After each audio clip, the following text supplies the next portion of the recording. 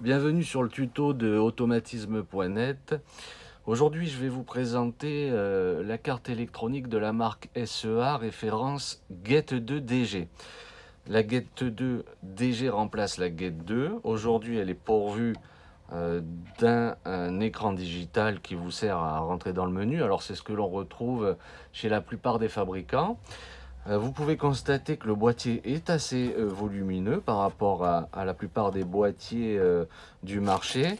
Chose intéressante, c'est qu'avec le boîtier, ils vont vous livrer des pressés-toupes. Lorsque vous ferez le perçage du boîtier pour faire l'arrivée des câbles, vous pourrez donc y mettre ces pressés-toupes et ensuite siliconer. Donc vous allez bien pouvoir protéger cette carte. Donc la Get2DG, elle est utilisée pour la gestion de deux moteurs, donc portail battant, hydraulique ou électromécanique, avec encodeur ou avec fin de course, ou les deux. Vous avez, alors c'est la plus, on va dire, celle où on peut mettre le plus d'options sur la Get2DG.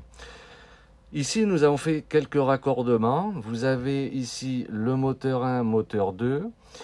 Donc les trois fils, ouverture, commun, fermeture. Pareil ici.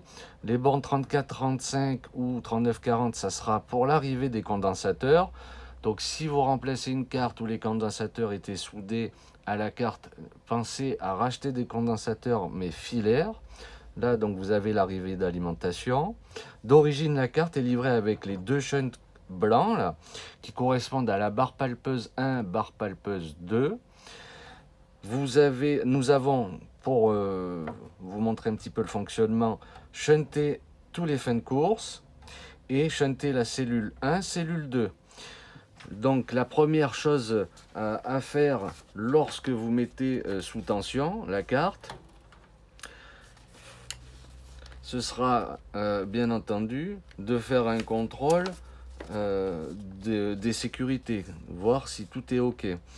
Donc vous allez avoir un affichage que voilà, où les deux premiers 0 correspondent à des contacts d'ouverture, donc c'est normal que ça soit sur 0. Et ensuite, vous avez le 1 qui correspond à la photocellule. Ensuite, vous avez la photocellule 2, la tranche de sécurité 1, tranche de sécurité 2. Donc, tous les contacts NC, ici, liés aux sécurités, sont sur 1, donc ce qui veut dire que tout est OK. Ensuite, en bas, vous allez retrouver les contacts NC correspondant aux fins de course. On a les 4 fins de course qui sont OK, puisqu'il y a l'affichage 1.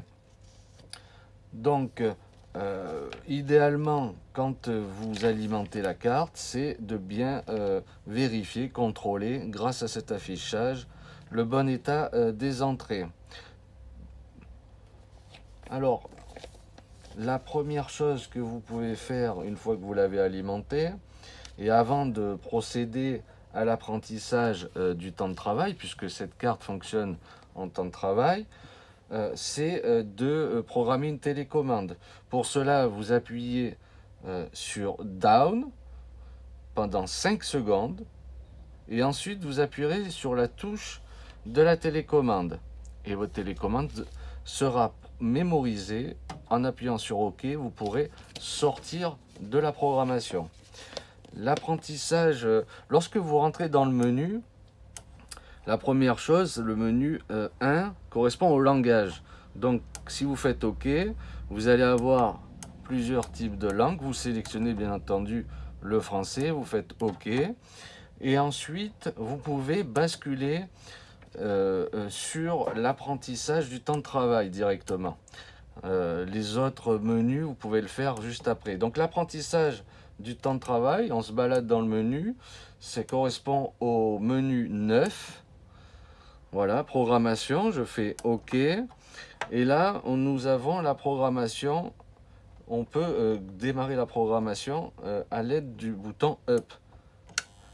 Là, vous voyez ici, la carte envoie du courant au premier moteur.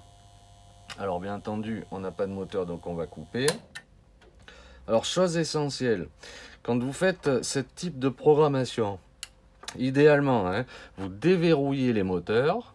Vous les mettez à mi-course, vous reverrouillez, vous mettez le courant, et là, à ce moment-là, vous allez avoir à sélectionner quand même la version des moteurs. Donc, dans le menu 3, OK, vous avez battant mécanique,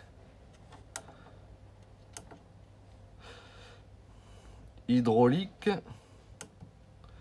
coulissant,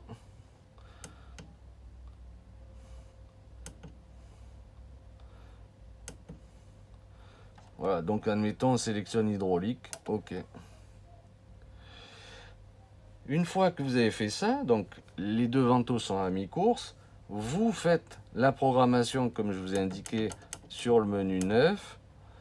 Voilà, programmation OK. Vous envoyez avec Up. Et là, chose importante, le premier moteur, enfin le moteur 2 va partir en premier dans le sens de la fermeture, suivi ensuite du moteur 1. Si les vantaux ne partent pas dans le sens de la fermeture, eh bien à ce moment-là, vous pouvez soit inverser le câblage sur la centrale, et bien entendu on coupe toujours le courant quand on fait des raccordements, soit aller directement dans le menu 5 qui s'appelle inversion moteur. Et à ce moment-là, vous pouvez, à travers la centrale, faire une inversion de sens moteur. Une fois que vos moteurs partent dans le bon sens, c'est-à-dire la fermeture, vous allez démarrer votre programmation. Donc le moteur 2 va partir en premier, ensuite le moteur 1. Le moteur 1 va s'ouvrir en premier, le moteur 2 va suivre. Et pour finir, le moteur 2 va partir en premier, le moteur 1 va conclure la programmation de l'apprentissage. Dans le menu, donc nous avons vu le menu 1, ça correspond au langage. Le menu 2 va correspondre aux émetteurs, puisque vous avez plusieurs options. D'origine, pour les émetteurs, eh bien, vous avez une commande qui vous correspond au start. Vous avez ensuite le menu 3, on l'a vu, le choix de soit des moteurs hydrauliques, soit des moteurs coulissants ou des moteurs mécaniques, hein, électromécaniques. Et ensuite, vous allez parcourir, comme cela, la plupart des fonctionnalités que vous propose la Get 2 DG, qui est une carte, comme je vous l'ai dit, qui est très complète, la plus complète chez SEA. Voilà, si vous avez des questions, n'oubliez pas, vous pouvez nous joindre au 04 22 32 91 10. Bonne journée à tous.